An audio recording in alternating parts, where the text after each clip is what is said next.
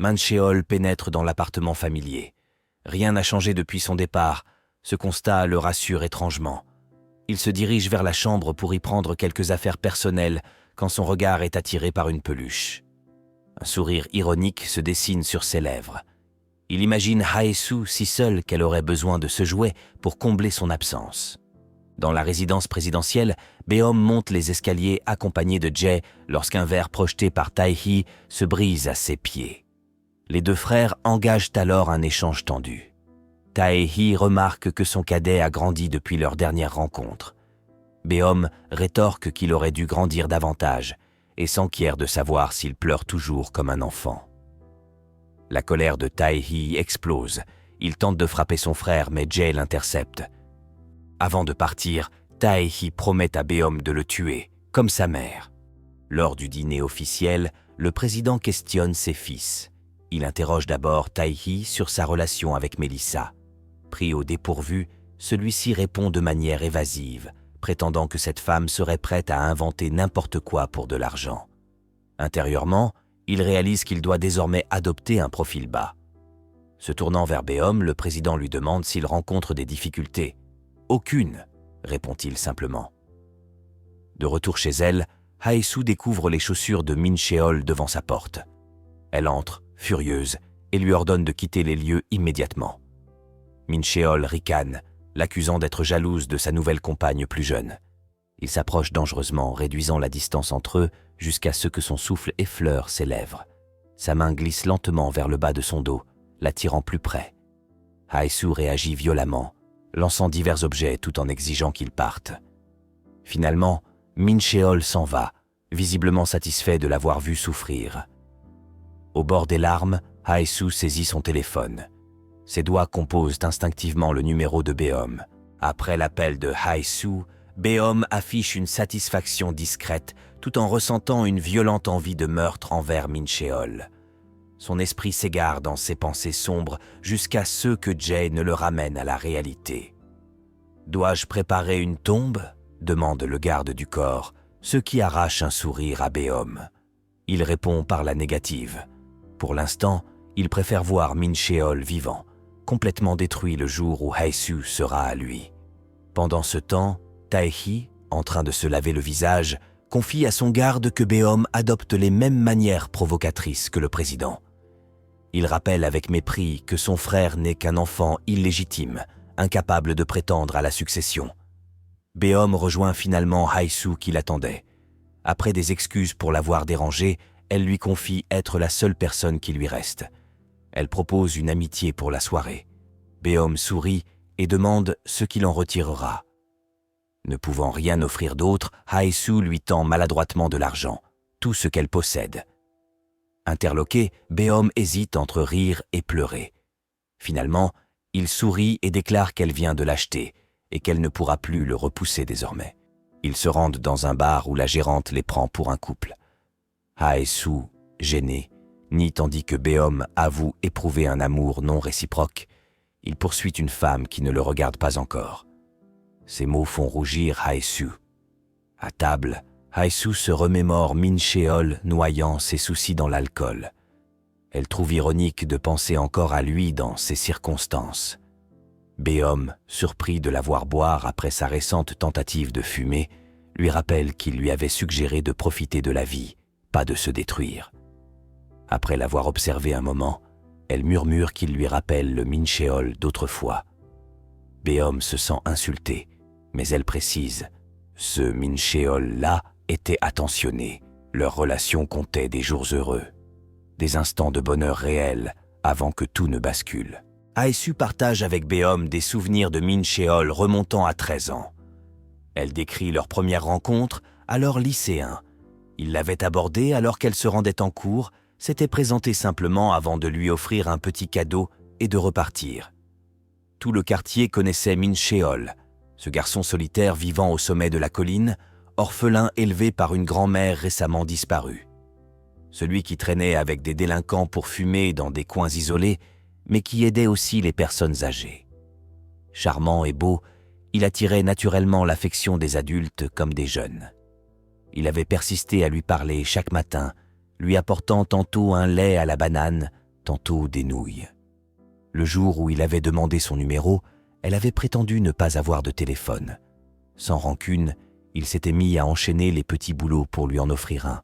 Quand il le lui avait finalement remis, émue par tant de persévérance, elle s'était demandé pourquoi un quasi-inconnu se donnait autant de mal.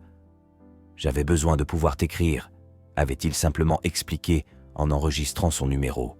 Ce même soir, alors que son père ivre hurlait dans la maison, le premier message de Min Cheol lui avait arraché le sourire malgré ses larmes.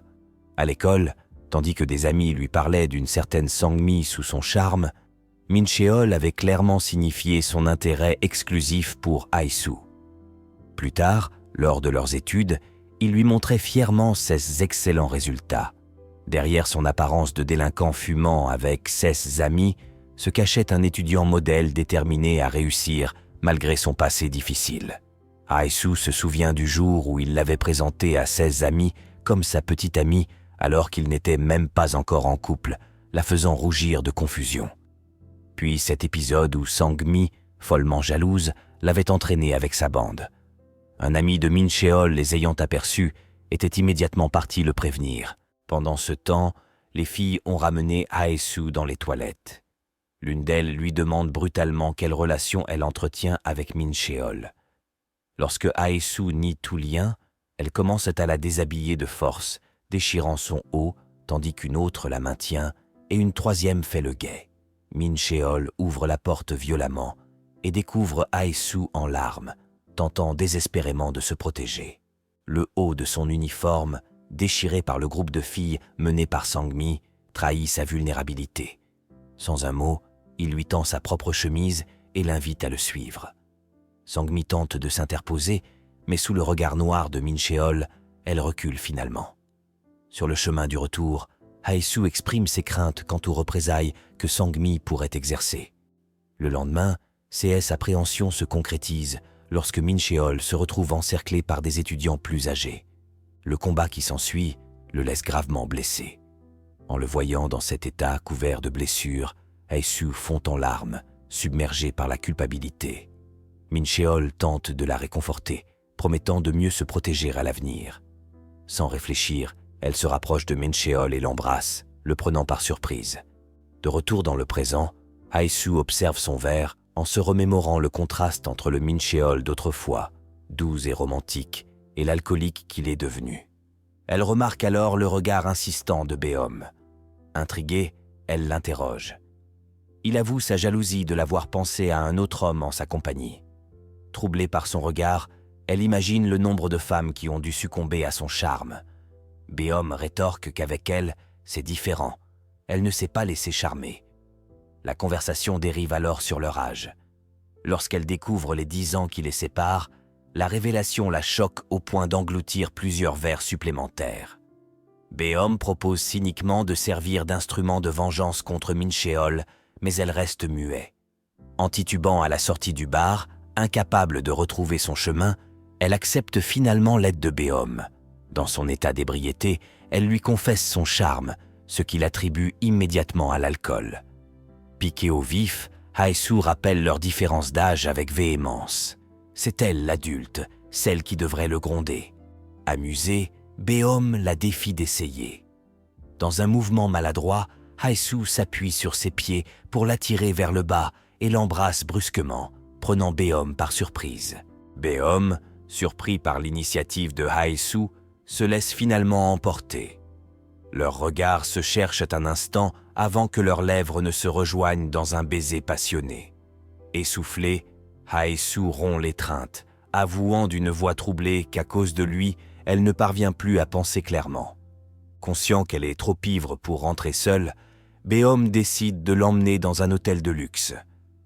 Lorsqu'il franchit le hall, Hae-soo dans ses bras, les employés échangent des regards stupéfaits. Sa ressemblance frappante avec le président ne leur a pas échappé. L'un d'eux murmure qu'il s'agit sûrement de l'héritier Tae-hee, connu pour ses conquêtes féminines avant qu'un autre ne le corrige. Non, celui-ci est plus jeune, et sa ressemblance avec le président est encore plus frappante. Pendant ce temps, dans un bar éloigné, le véritable Tae-hee s'enivre en compagnie d'une femme, loin de se douter de la méprise. Beom installe Hae-soo dans une suite, la déposant avec précaution sur le lit. Il reste un moment à la contempler, repoussant doucement une mèche de cheveux qui voile son visage. Après l'avoir bordée, il murmure un bonne nuit avant de quitter la chambre, le cœur léger. Cette soirée, malgré son chaos, lui a prouvé une chose. Elle commence à lui faire confiance. Au réveil, Hae-soo perçoit une chaleur inhabituelle contre son corps, bien différente des douleurs matinales aux mains et aux pieds auxquelles elle était habituée. En ouvrant les yeux, elle découvre avec stupeur qu'elle se trouve dans une chambre d'hôtel. Les événements de la veille lui reviennent progressivement. Son ivresse, Beom, ce baiser. Un malaise profond l'envahit. Elle espère un instant avoir rêvé, mais la réalité s'impose. Elle se souvient avoir franchi une ligne interdite, incapable de résister à ce visage trop beau, trop doux. En enfilant son manteau, elle découvre la note laissée par Beom. Il explique l'avoir amenée à l'hôtel à cause de son état d'ébriété et la rassure sur les frais. Il aurait utilisé un bon pour une nuit gratuite.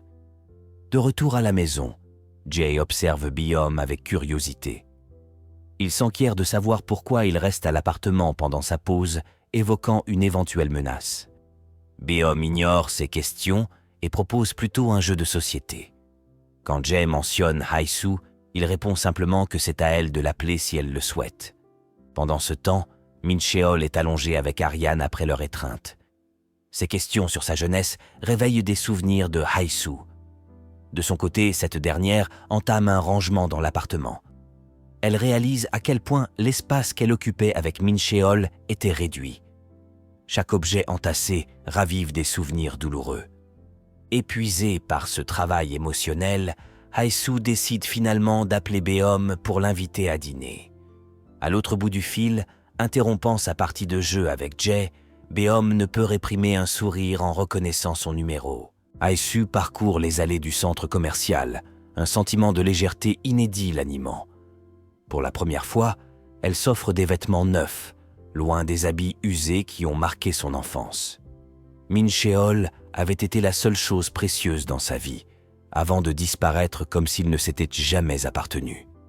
Elle sélectionne avec soin divers articles, dont des sous-vêtements et une paire de gants destinés à Beom. En levant les yeux, elle l'aperçoit entourée d'un groupe de femmes plus âgées. L'une d'elles s'enquiert de sa situation amoureuse. « Oui », répond-il simplement, son regard se posant sur Hae-soo. Prenant en charge ses paquets, il s'informe de la raison de son appel. Elle propose un déjeuner. Au restaurant, un silence pesant s'installe. Hae-soo, mal à l'aise au souvenir de leur baiser, suggère de commander. Beom remarque qu'elle semble connaître l'établissement.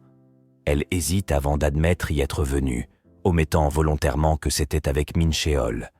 Elle l'observe discrètement, notant son calme face à ceux qui la troublent tant. Leur baiser semble l'avoir laissé indifférent, signe qu'il doit être habitué à ce genre d'intimité. De retour devant son appartement, elle le remercie pour sa compagnie et présente des excuses pour le baiser. Il refuse ses excuses d'un ton doux. Ce baiser lui a plu. Il propose qu'elle utilise son corps si elle n'est pas prête à lui donner son cœur. Rougissante, elle lui remet ses achats avant de se précipiter à l'intérieur, lui conseillant d'ouvrir ses cadeaux chez lui. Taquin, il feint de vouloir entrer, ce qui accroît son embarras. Une fois seule, elle s'appuie contre sa porte, impressionnée par l'aisance de ce jeune homme. Pour se changer les idées, elle prend une douche. En sortant, elle découvre avec horreur avoir donné à Beom le sac contenant ses nouveaux sous-vêtements. Hae-soo compose rapidement le numéro de Beom après avoir réalisé son erreur. D'une voix tendue, elle l'implore de ne pas ouvrir le paquet rouge, affirmant qu'il pourrait provoquer des cauchemars. Beom promet de respecter sa demande, bien qu'il l'ait déjà ouvert. Son esprit s'égare alors dans des images interdites. Hae-soo portant ses sous-vêtements, ses mains suivant lentement les courbes de son corps avant de la déposer sur un lit. La nuit s'avère agitée pour les deux. Hae-soo, perturbé par des rêves érotiques récurrents, ne trouve aucun repos. Ce dernier connaît une insomnie similaire. Au petit matin, lorsqu'elle le retrouve devant chez elle, Les cernes sous ses yeux trahissent sa nuit blanche. Ils échangent leurs paquets respectifs, ses sous-vêtements contre les gants initialement prévus. Elle remarque aussitôt sa fatigue. Il admet à voix basse avoir passé une nuit blanche avant de lui confier un dernier cadeau à ouvrir plus tard. Dans l'intimité de son appartement, Hae-soo découvre un pull parfaitement à sa taille. Un sourire lui apparaît aux lèvres. Elle l'enfile pour se rendre au travail, décidée à le remercier lors de leur prochaine rencontre. Au magasin, sa collègue remarque son nouvel air heureux et ses vêtements neufs. Elle suppose qu'il s'agit d'un cadeau de son mari. « Je suis divorcée », répond Hae-soo avant de s'éloigner. Plus tard, Beom entre comme à son habitude pour acheter des fleurs. Leur conversation est interrompue lorsqu'il lui demande si elle est libre ce soir. Elle décline, expliquant devoir travailler davantage pour compenser ses dépenses. Non loin, la collègue observe leur échange avec une curiosité grandissante. Plusieurs hypothèses lui traversent l'esprit. Finalement, elle s'approche de Beom et demande à lui parler en privé. Hwa-jung entraîne Beom à l'extérieur du magasin. Elle s'enquiert de la nature de sa relation avec Hae-soo, soulignant les contradictions dans ses déclarations matrimoniales. Troublée, elle met en garde Beom contre de potentielles souffrances. Celui-ci rétorque que ses inquiétudes devraient plutôt se porter sur Hae-soo. Il révèle avoir parfaitement conscience de sa situation, marié puis divorcé, et avoir patiemment attendu que son union s'effondre pour s'insinuer dans sa vie. Plus tard, Beom médite sur son balcon, les gants offerts par Hae-soo aux mains. Jae l'observe en silence, le comparant intérieurement à un chien fidèle attendant son maître. Il remarque que les gants sont trop petits, pourtant Beom les porte avec fierté. Jae questionne alors la sincérité de ses intentions. D'un ton grave, il souligne que s'il était sérieux, Beom cacherait cette relation à son père le président. Au contraire, il l'affiche comme s'il défiait les conséquences. Jae poursuit son analyse. Bien qu'inhabituelle, son attirance pour une femme divorcée n'est pas incompréhensible. Selon lui, Hae-soo semble insensible aux richesses, ce qui la rend d'autant plus désirable pour Beom, habitué à obtenir tout facilement. Le soir venu, Beom s'endort en serrant la peluche offerte par Hae-soo. Pendant ce temps, Hae-soo repense à la scène entre Beom et Hwa-jeong. Elle ne pouvait s'empêcher de trouver qu'ils faisaient un beau couple. Pendant longtemps, elle avait ignoré l'idée qu'il puisse s'intéresser à elle, le considérant comme une simple connaissance. Mais maintenant, après les avoir vus ensemble, elle devait admettre une évidence. Entre eux, c'était bien plus que ça. Le lendemain soir, Hae-soo entraîne Beom dans une ruelle. Elle suggère avec amertume qu'il devrait plutôt fréquenter Hwa-jeong, plus approprié pour lui. Elle évoque leur différence d'âge, ce que ses parents en penseraient, et son propre sentiment d'être usé. À travers ses larmes, elle insiste qu'il devrait trouver une femme plus jeune et refuse de l'utiliser pour se venger de Min Cheol. Beom, caressant doucement son visage, lui murmure qu'il n'a jamais prétendu être sain d'esprit et qu'elle est la seule qu'il désire. Sans réfléchir, il l'embrasse soudainement. Elle le repousse, puis admet avoir envisagé de se venger de Min Cheol à travers lui, mais refuse de compromettre quelqu'un d'aussi droit dans sa solitude. D'une voix tremblante, elle le supplie de ne pas l'aimer. Beom lui propose une issue, feindre l'ignorance comme à son habitude, ou prétendre le détester s'il doit disparaître pour toujours. Mais les mots refusent de sortir. Hae-soo reste silencieuse, incapable de prononcer ce mensonge. Allongée sur son lit plus tard dans la soirée, elle lui envoie un message lui demandant de ne pas venir la chercher le lendemain, avouant ne pas avoir le courage de le regarder en face. Elle s'interroge sur son incapacité à formuler les phrases qui pourraient le faire partir définitivement. Au fond d'elle, elle sait que toute tentative de rejet ne serait que mensonge. De son côté, Beom lit le message, un agacement contenu derrière son calme apparent. Il convoque Jae, qui ne peut s'empêcher de noter sa ressemblance troublante avec le président Tae-ju dans ces moments. À la question directe de Jae sur la sincérité de ses sentiments, Beom répond avec une simplicité inhabituelle. Il aime véritablement Hae-soo. Le lendemain soir, au travail, Hae-soo commet des erreurs inhabituelles, son esprit manifestement ailleurs. Son patron, inquiet, convoque une réunion improvisée. Gênée, elle sollicite des conseils pour décourager un prétendant trop insistant. Une collègue suggère la solution radicale, demander de l'argent. Sur le chemin du retour, Hae-soo suit ce conseil à contre-cœur, envoyant un message à Beom pour lui réclamer un prêt. Lorsque le message s'affiche sur l'écran de Beom, un sourire ambigu apparaît sur ses lèvres. Plusieurs semaines s'étaient écoulées sans que Beom ne donne signe de vie depuis la demande de prêt. Hae-soo vérifie machinalement son téléphone chaque jour, espérant en vain un message. Ses retours solitaires à la maison pèsent lourdement sur elle. Au fond d'elle-même, elle avait toujours cru qu'il s'accrocherait à elle malgré tout. Cette pensée lui semble maintenant égoïste. Peu à peu, elle se résigne à ne plus le revoir. Au travail, son esprit ailleurs, elle commet des erreurs qui provoquent la colère d'un client. Elle s'excuse à peine, trop absorbée par ses pensées. En fin de service, des questions la hantent. Comment va Beom? Est-il en sécurité? Les gants qu'elle lui a offerts le protègent-ils du froid? Elle l'imagine au belvédère, contemplant Séoul pour s'aérer l'esprit.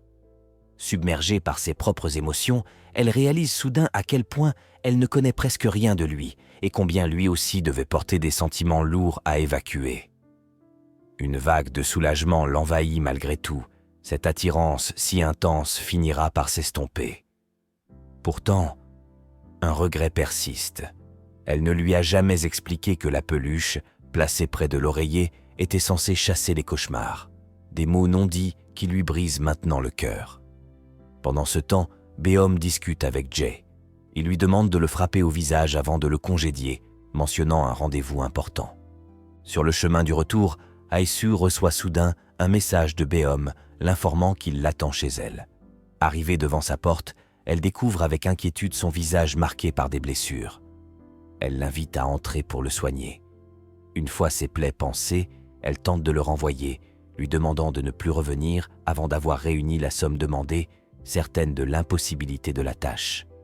Beom ouvre alors un sac rempli d'argent. Stupéfaite, Hae-soo s'enquiert de la provenance d'une telle somme en si peu de temps s'agrippant à ses vêtements. Il guide sa main vers sa poitrine, prétendant avoir vendu un organe. Devant ses larmes, il admet finalement plaisanter et s'excuse, offrant de partir si elle le désire. Alors qu'il tente de la réconforter, il remarque que sa proximité commence à l'embarrasser pour des raisons plus physiques. Hae-soo, se rappelant sa proposition passée d'utiliser son corps sans engagement sentimental, le regarde intensément avant de lui demander de rester pour la nuit. Leurs lèvres se rejoignent dans un baiser qui surprend Beom. Ils se laissent d'abord faire avant de rompre légèrement l'étreinte, murmurant qu'ils doivent s'arrêter si elle risque d'avoir des regrets. Hae-soo, le regard déterminé, guide sa main vers sa poitrine. « Si quelqu'un doit regretter, ce sera toi », affirme-t-elle d'une voix basse. Cette déclaration semble briser les dernières résistances de Beom. Ses mains commencent alors à explorer son corps, traçant des chemins invisibles sur sa peau. Chaque caresse intentionnelle attise davantage le désir de Hae-soo, qui s'abandonne progressivement face à lui. Beom prend son temps, ses gestes mesurés pour que Hae-soo s'abandonne pleinement. Peu à peu, elle perd le fil de ses pensées. Elle croyait connaître son corps, s'être habituée à certaines sensations, mais tout lui semble nouveau, l'odeur de Beom, le poids de ses mains, la façon dont il la touche. Chaque effleurement éveille en elle une réaction inconnue, comme si son corps tout entier était redécouvert. Une vague de plaisir inattendu la submerge, si intense qu'elle en a les larmes aux yeux. Il passe la nuit ainsi, à se redécouvrir, à s'apprivoiser. Épuisé, comblé, Hae-soo finit par s'endormir contre lui. Beom, encore éveillé, la contemple un long moment, le regard empreint d'une tendresse profonde, avant de se laisser glisser à son tour dans le sommeil, leur corps toujours enlacés. Hae-soo se réveille enveloppée dans les bras de Beom, encore endormi. Elle tente de se libérer doucement pour se préparer au travail, mais il resserre instinctivement son étreinte. Lorsqu'il ouvre finalement les yeux, elle lui demande de la laisser partir, mais il l'informe qu'il a déjà organisé son remplacement. « Recouche-toi », murmure-t-il en l'attirant à nouveau contre lui. Alors qu'elle trace du doigt les cicatrices sur son torse, Elle en demande l'origine. Beom explique, d'une voix neutre, qu'elles lui viennent d'une maladie d'enfance. Un gargouillement soudain venant de son ventre la fait rougir, mais Beom se contente de rire avant de se lever pour lui préparer à manger. Haesu, inquiète à l'idée qu'il reproduise un incident similaire à celui de Min Cheol, qui avait failli mettre le feu à la cuisine, se lève pour l'assister. Mais Beom la reconduit fermement au lit, insistant sur son besoin de repos. « Je sais cuisiner », assure-t-il avant de retourner à ses préparatifs. Malgré ces paroles, Haesu l'observe discrètement depuis l'entrée, voulant s'assurer que tout se passe bien. Lorsqu'il se retourne et croise son regard, elle rougit violemment, prise sur le fait.